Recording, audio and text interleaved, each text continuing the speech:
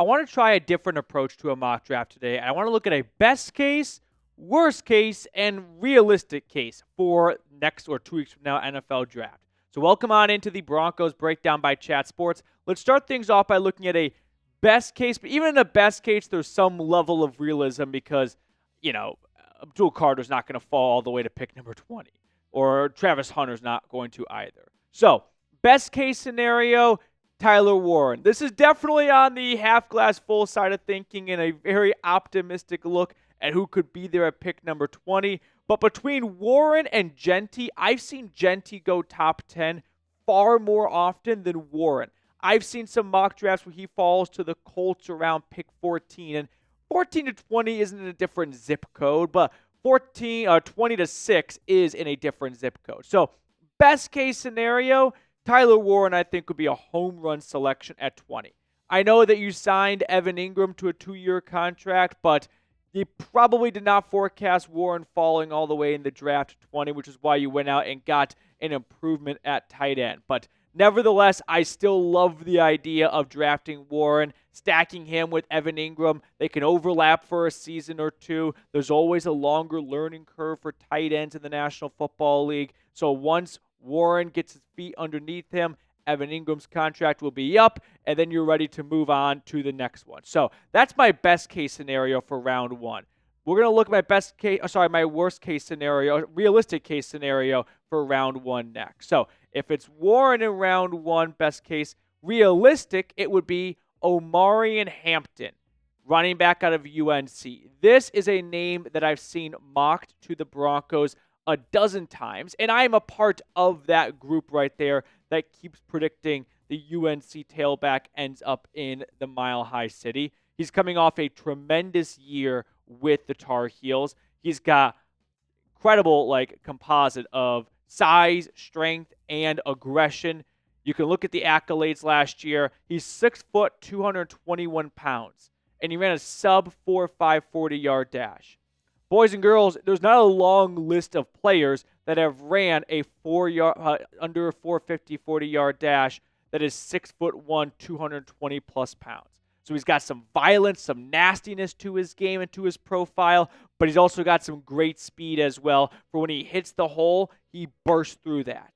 Now, he may not be Genty good, but let's be honest, no one is Genty good. So I'm not going to hold that against him. I think this could be a diamond in the rough because everyone's looking at the Boise State running back, whereas Omarion Hampton is an excellent running back in this draft as well. So from a realistic standpoint, it's a little ambitious to believe that Warren could fall to 20. I think it's very plausible that Hampton is going to be there at pick 20. And for how bad Denver's running back room, not just last year, but almost a decade now, I mean, just go back to the Super Bowl until present day. It's been a bit of a revolving door. You had a little bit of consistency with Phillip Lindsay, but that didn't last super long. You're off to a nice start with Melvin Gordon, but that didn't last. Probably the best. I'd say Melvin Gordon is probably the best running back this team has had in far too long. I don't even want to keep going back than I already am right now in my head. So Hampton hopefully can be what Denver thought they were going to get from the last UNC running back and be this team's workhorse 3-down back for the next 5-6 years, right? You give him in round one, 5th-year option, plus you can tag a franchise tag on him after that 5th-year option is done. We're talking about 6 years of cost control for a, I think, very, very important position in the NFL. And Saquon Barkley proved that last year, bringing the Eagles in a lot of ways to the Super Bowl. Now, before we look at the other picks for the Broncos in rounds 1 through 3, I just want to say thank you to everyone who subscribed to the channel over the last few weeks. We recently crossed 34,000 subscribers, so shout out to all the new subs, shout out to all the old subs. Now we are marching our way to 35,000. Worst case scenario in round 1, I'm going to go with Luther Burden. I'm going to, again, have some level of realism. Obviously, worst case is just taking some no-namer from round 7. But for names that I've seen tossed out there for the Broncos, I don't want them to take Luther Burden. And I know that during the draft and leading up to it, when you speak negatively of a prospect, you're kind of an asshole. And they only get drafted once, so no one wants to be the rain cloud or the Debbie Downer. But I'm just going to shoot with you straight. I don't want the Broncos to take Burden at pick number 20. I don't want to say he's a one-trick pony. He's a phenomenal athlete. We saw that when he came to Mizzou as a 5-star recruit, and his yards after catch is incredible, but I feel that his route tree is not extensive enough to warrant a first-round draft pick, and the production being sliced in half last year is a concern for me. People are going to point to the quarterback injuries and issues with Brady Cook, and hey, that's fine and dandy when we're talking about his college resume. But if we're using a first-round pick on a receiver, I believe the expectation should be you don't just plummet because your quarterback gets injured. That's why you take a receiver in round 1. They're so talented that rocky, inconsistent quarterback play is not going to faze them too much. So, for me, it's a no-go on Burden at 20. Getting back to our best case scenario, now let's look at round number 2. Best case, dream draft, you get Tyler Warren in round 1, and then you get Kaleb Johnson in round 2.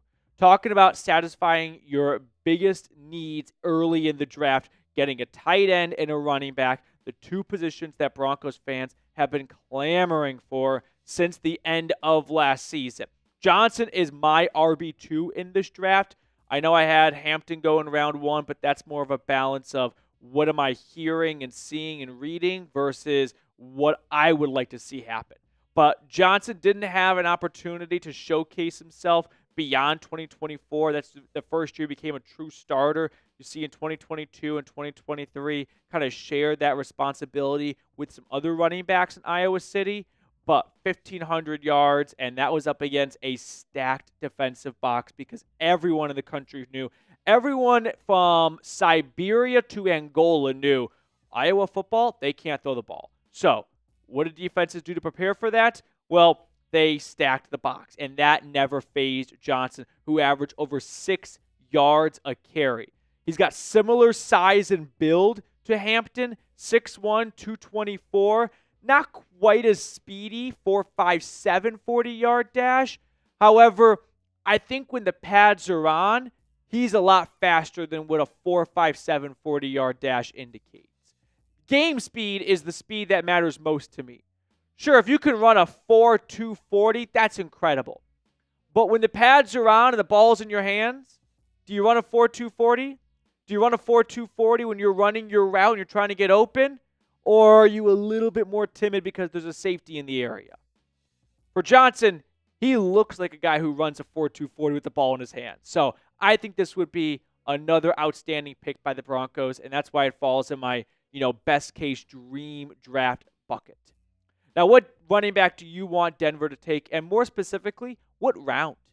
Do you think this should be priority number 1, no matter what in round 1? Because people love to say best player available. So if there are some guys like, I was talking about this with producer Sam today. He's a Broncos fan. If Jahad Campbell is there at pick 20, do you take him to replace Alex Singleton? He might be the true best player available. Or do you want to prioritize a bigger need like running back with Hampton or Johnson? Moving on to a realistic scenario for round 2, I'm going to go with Alfred Collins. I think we've talked about him before on the channel once or twice. It's the Texas defensive tackle who's got some really good size to his game. And listen, whenever we talk about DTs, they're all big human beings. But Collins is in his own tier.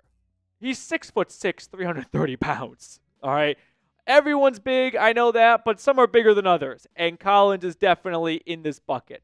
Now, because of the depth that they had at Texas on the defensive line and a lot of the players that went in the draft last year, he only became a full-time starter this past season, so a bit of a late bloomer, which is why I think he's more of a day 2 prospect than a day 1 prospect. But despite being 330 pounds, he moves like 300 pounds. And he may not have the best pass rush upside, which is why I don't think he's looked at as a round 1 prospect. But he can still generate a good amount of pressure. He can make quarterbacks uncomfortable from up the middle, and he is stout against the run as well. And I just feel that the Broncos need to replenish on the defensive line because the Bills just took the belt out and went belt to ass for not quite 60 minutes, but like 40 minutes on the ground, showing them, yeah, you need to learn to stop the run because this is not going to work in the playoffs if we can just run all over you. So with DJ Jones and Malcolm Roach kind of up there a little bit in the age column, I think bringing in a new, younger DT is a very smart play in round 2. As for my worst case scenario in the second round, I'm going to go with Darius Alexander. Again, this is just the hater section of the video, and it's just me being brutally honest with you guys of these are guys I don't want to see the Broncos pursue because I just don't have huge and high expectations for them. Alexander, a little bit on the smaller side compared to Collins, 6'4", 305 pounds. The guy played 6 seasons at Toledo. And I wonder if by year 6, he was just picking on guys half his size and almost half his age. And that's why we're seeing him fall a little bit earlier in this mock draft and pre-draft process. Now, his calling card is run stopping, and I don't have an issue with taking a DT who doesn't offer you a ton of the pass rush side, because at the end of the day, the Broncos have a lot of guys on this roster that can do that for you, no problem. I mean, he got after the quarterback a good amount last year. 3.5 sacks. I think PFF charted him with 37 pressures. So maybe I'm selling him short, but it's tough when you're evaluating Darius Alexander against Maction offensive linemen. So I wouldn't say take it with a grain of salt. That's a bit of an overcorrection, but factor that in a little bit as you calibrate where everyone lands. Now, before we look at the rest of my 3 types of mock drafts for Denver, quick shout out to our friends over at GameTime. GameTime has so many awesome deals. Plus, they make getting tickets even faster and easier for, say, I don't know, an Avs game, a Nuggets game, a Rockies game. Prices on the GameTime app actually go down the closer it gets to the first pitch. With killer last-minute deals, all-in prices, views from your seat, and their lowest price guarantee, GameTime takes the guesswork out of buying MLB tickets. I love that baseball is back, and I love going to baseball games. There's just no better feeling on a nice warm day to be outside of the ballpark with a hot dog, a beer, and a bag of peanuts. But you don't want to break the bank doing that. And with GameTime, you can save $20 by downloading the GameTime app and using code CHATSPORTS. So, take the guesswork out of buying tickets with GameTime. Download the GameTime app, create an account, and use code CHATSPORTS for $20 off your first purchase. Terms apply. Again, create an account and redeem code CHAT Sports for $20 off. Download GameTime today. Last minute tickets, lowest price guaranteed. Round 3, my best case scenario, I'm going to go with a different defensive lineman than the last 2 guys, and I'll say Tennessee's Omarr Norman-Lott. He is a pass rush specialist. And what's the worst place for a quarterback to get pressure from? Right up the middle. And that is what he excelled and honestly majored in while at Tennessee. He started off at Arizona State, then he transfers to Knoxville. And while the stats this past year don't scream, pass rush, what the hell is Petey talking about? Like 4 sacks and 27 pressures? This is kind of the pro and con with Norman-Lott. The pro is, man, when he's on the field, he can generate pressure and he can wreak havoc on the opposing offensive line. The con is he's not on the field enough, and that's why I think he's going to be more of a round 2 to 3 guy than sniff round 1.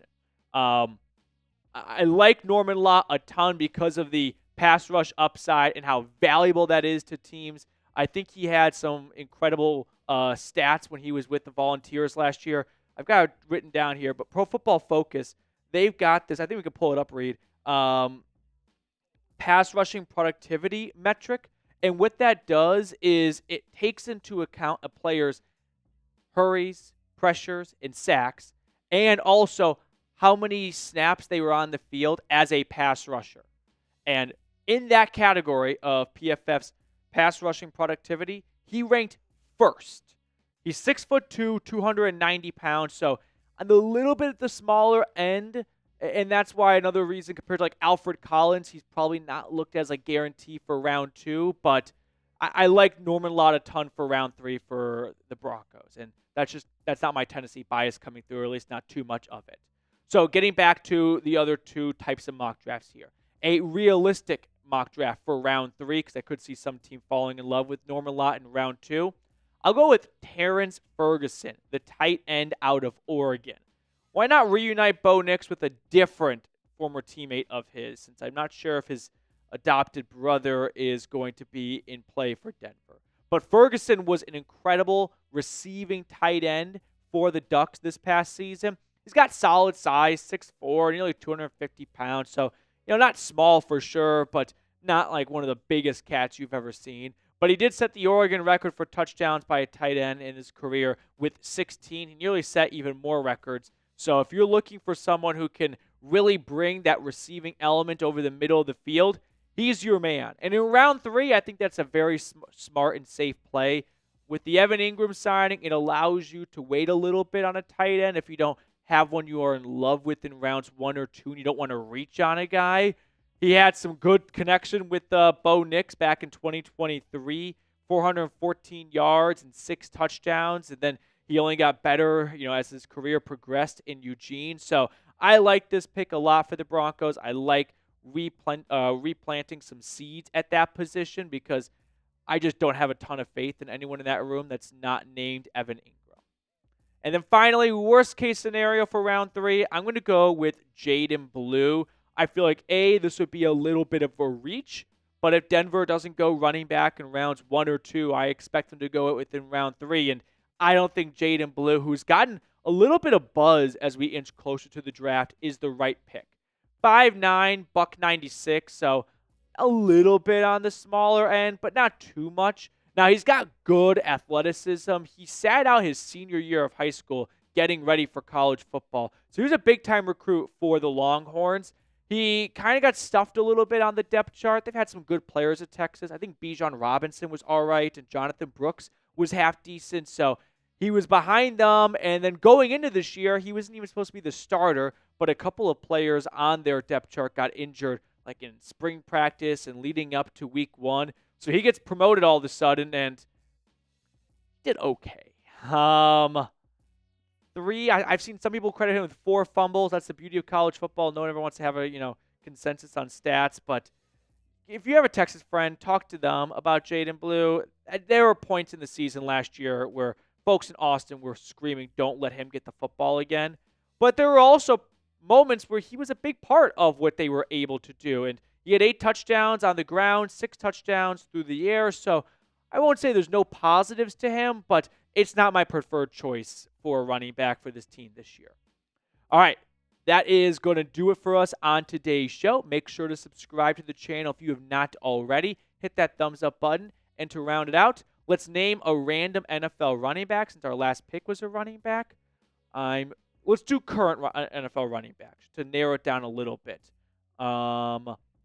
I've got my name. 3, 2, 1. Chuba Hubbard. Let me know if I got you in the comment section. I'll see you guys later.